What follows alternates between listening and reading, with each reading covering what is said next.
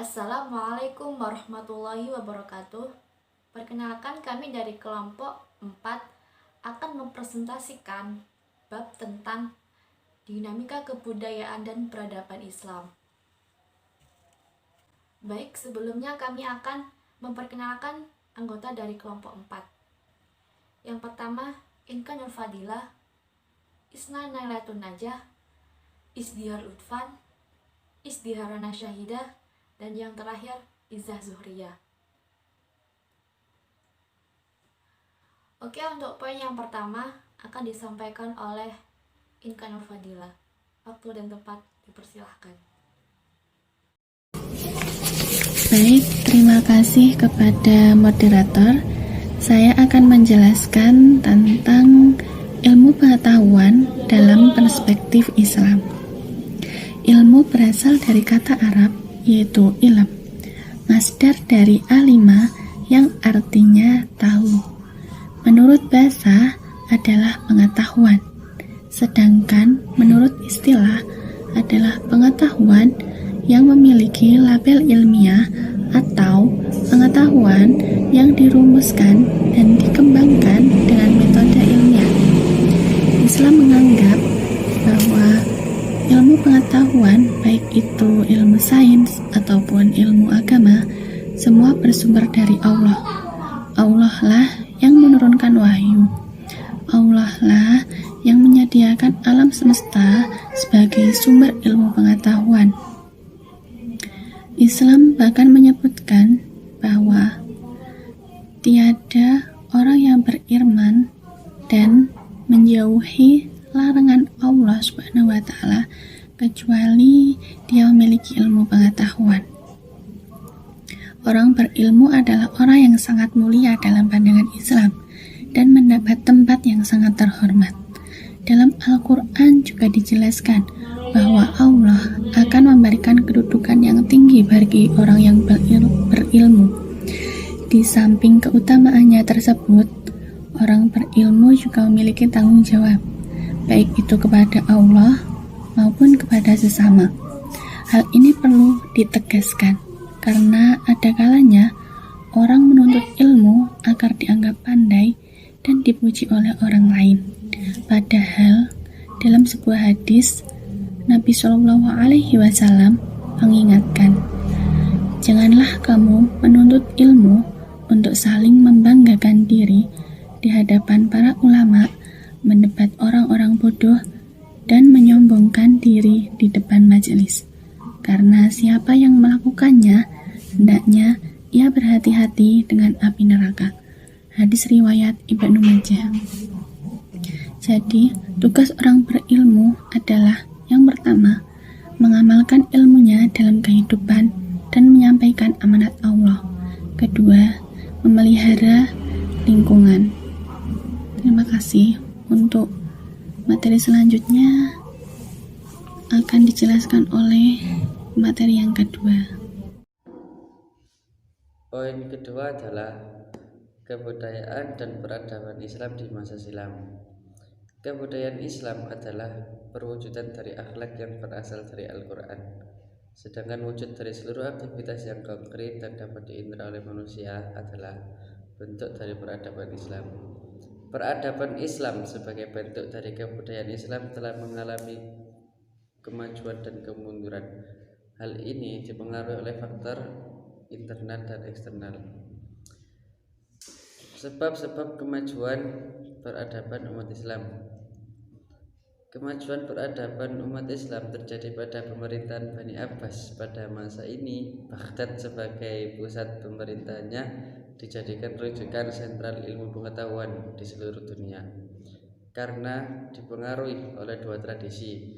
Yang pertama, masyarakat Arab saat itu memiliki budaya menulis yang terinspirasi dari Al-Quran, yang membuat umat muslim banyak menulis tafsir dan hadis Nabi. Yang kedua, penerjemahan filsafat dan logika Yunani memengaruhi pola pikir ilmuwan Arab untuk berpikir secara sistematis. Sebab-sebab kemunduran. Kemunduran peradaban Islam diawali oleh peristiwa penyerbuan tentara Mongol terhadap Baghdad pada pertengahan abad ke-13. Baghdad dihancurkan, buku-buku pengetahuan dimusnahkan, para ulama dibunuh, dan penduduk dibantai. Dua faktor yang memicu hal tersebut adalah faktor politik, telah terjadi perebutan kekuasaan antara mahkota. Kedua, faktor moral, para penguasa kehilangan kredibilitas karena berperilaku nista dan meninggalkan ajaran Islam. Kontribusi ilmuwan muslim klasik dalam kemajuan barat modern. Pada masa kejayaan Islam, masyarakat Arab Islam benar-benar menjadi rujukan bagi perkembangan keilmuan dunia. Pada saat itu banyak sekali ilmuwan muslim yang menjadi pelopor perkembangan ilmu pengetahuan di berbagai bidang. Seperti contoh Jabir bin Hayyan. Ia adalah seorang ahli kimia. Ia juga ilmuwan yang mengusulkan diterjemahkannya buku-buku ilmiah Yunani dan Konstantinopel kepada Harun al-Rasyid. Dia adalah seorang ilmuwan muslim ahli matematika hewan dasar dan ilmu aljabar. Temuannya sangat berpengaruh hingga saat ini.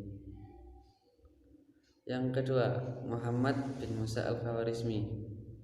Ia adalah seorang muslim ahli matematikawan, dasar-dasar ilmu dan ilmu aljabar.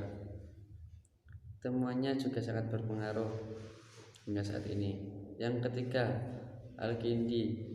Ia memiliki pemikiran besar yang mungkin mengungguli para ilmuwan besar lainnya. Karyanya kurang lebih 230 buku dan menjadi dasar acuan keilmuan modern. Yang selanjutnya Ibnu Sina.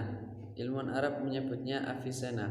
Ia adalah ilmuwan bidang filsafat dan kedokteran dan juga ilmuwan pertama yang menemukan cara pengobatan dengan menyuntikkan obat di bawah kulit. Yang terakhir yaitu Thabit bin Qurrah. Ia adalah seorang penerjemah yang menguasai bahasa Arab, Suryani, Yunani, dan Ibrani.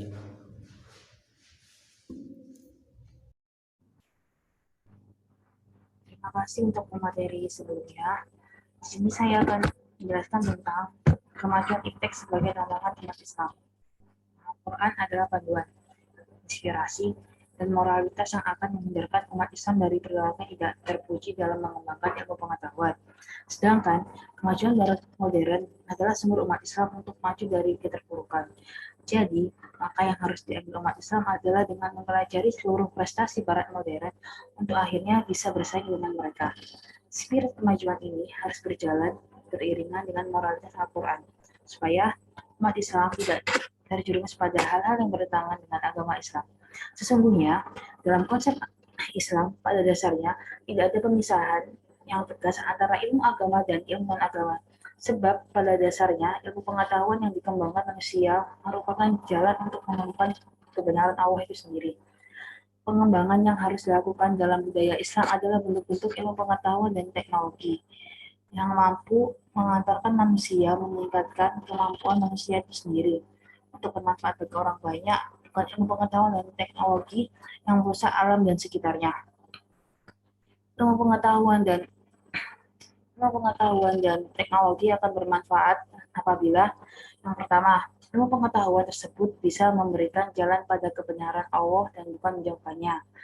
Yang kedua yaitu bisa membantu umat merealisasikan tujuan-tujuannya yang baik. Yang terakhir yaitu bisa menyelesaikan persoalan umat. Untuk sekian dari saya, untuk materi setelah saya silahkan.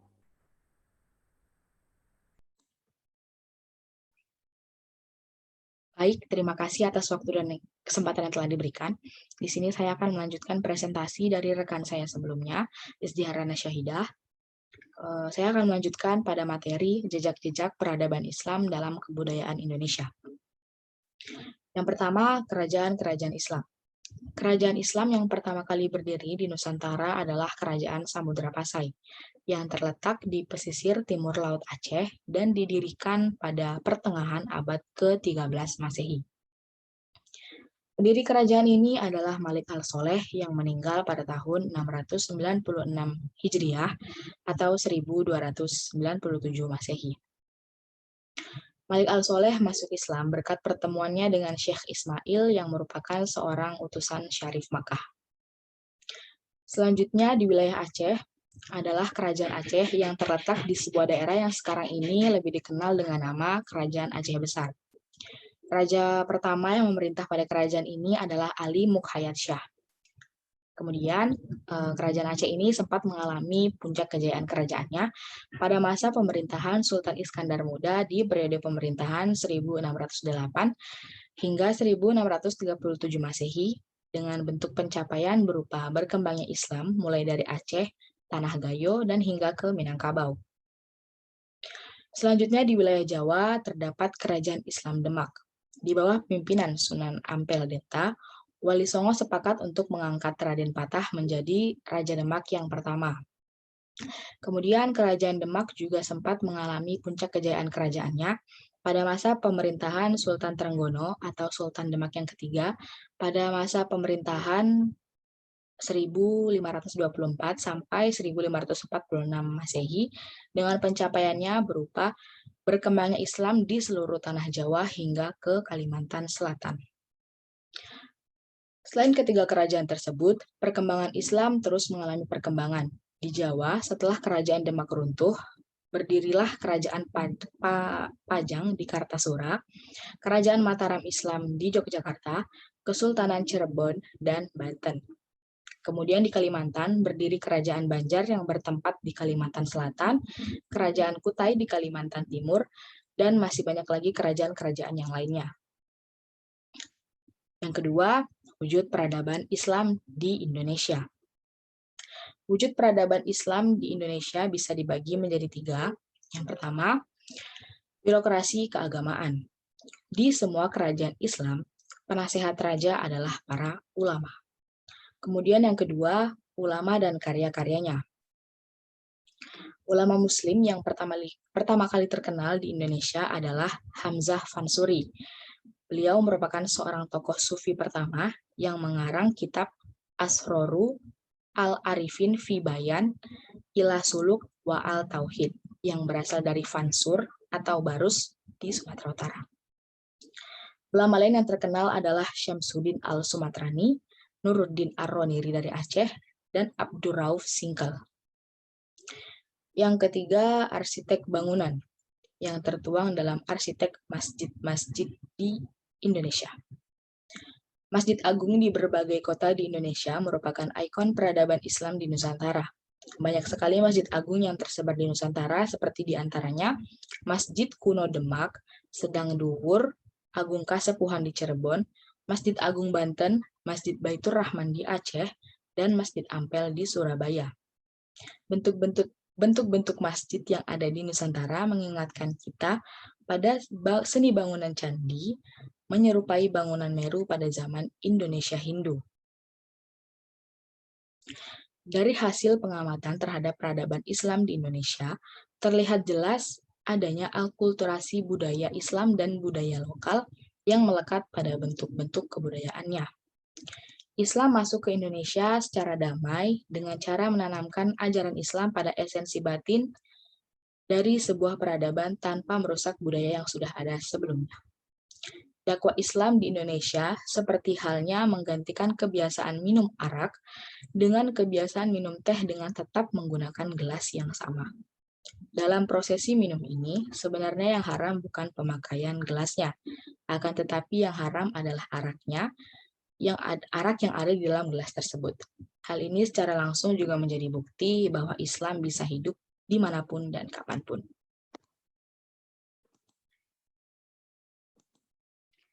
Kesimpulan yang bisa diambil adalah adanya dinamika kebudayaan dan peradaban Islam menunjukkan bahwa dengan kemajuan iptek akan semakin membangkitkan masa peradaban Islam dalam kemajuan seperti dulu. Sekian dari saya. Terima kasih. Saya kembalikan lagi ke moderator. Terima kasih untuk teman-teman saya yang sudah menjelaskan materi-materi tersebut dengan baik. Sekian dari kelompok kami, mohon maaf jika ada salah kata dan tingkah laku yang kurang berkenan. Akhirul kalam, wassalamualaikum warahmatullahi wabarakatuh.